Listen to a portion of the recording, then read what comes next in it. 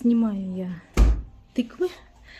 И сейчас хорошо наглядно прям покажу разницу между тыквой жаба и тыквой мраморная. Они по вкусу примерно одинаковые, но одна более позднего срока созревания, жаба. И, честно сказать, все равно она мне на вкус больше нравится.